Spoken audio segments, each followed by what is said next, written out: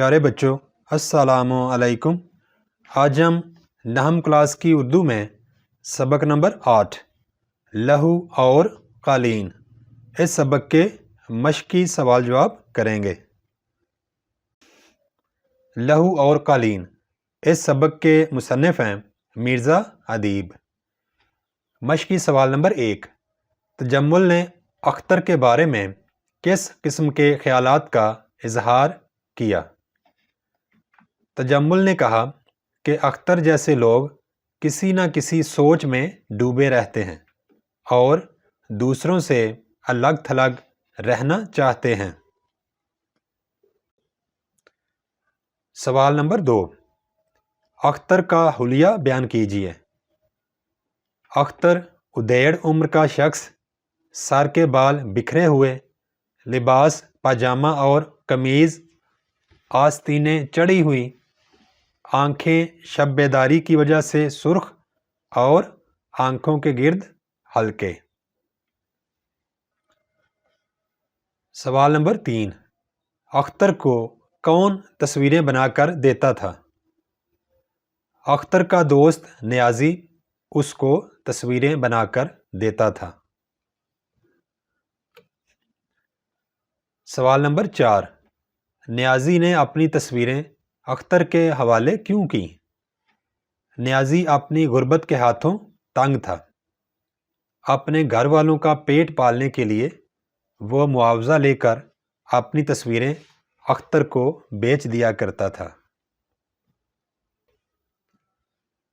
سوال نمبر 5، تصویریں اختر کی نہیں ہیں، اس انکشاف پر تجمل کا رد عمل کیا تھا؟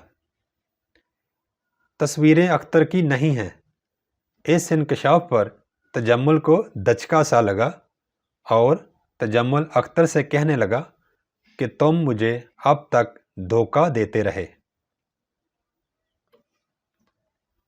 سوال نمبر 6، سردار تجمل حسین کی کوٹھی کا نام کیا تھا؟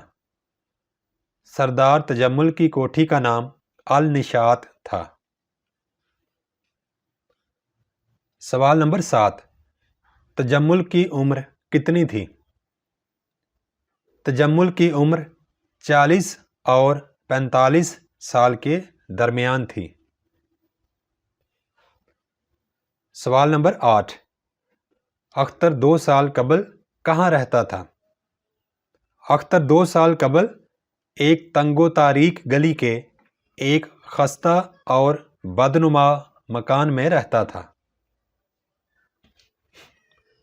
سوال نمبر 9، اختر کے نزدیک نیازی کا قاتل کون تھا؟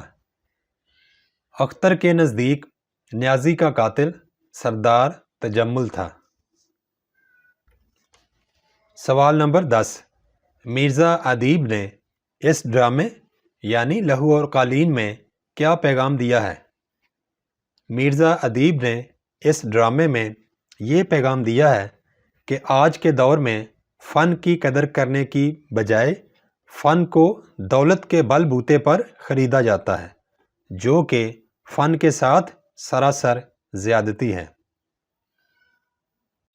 Thanks for watching. Please subscribe my channel.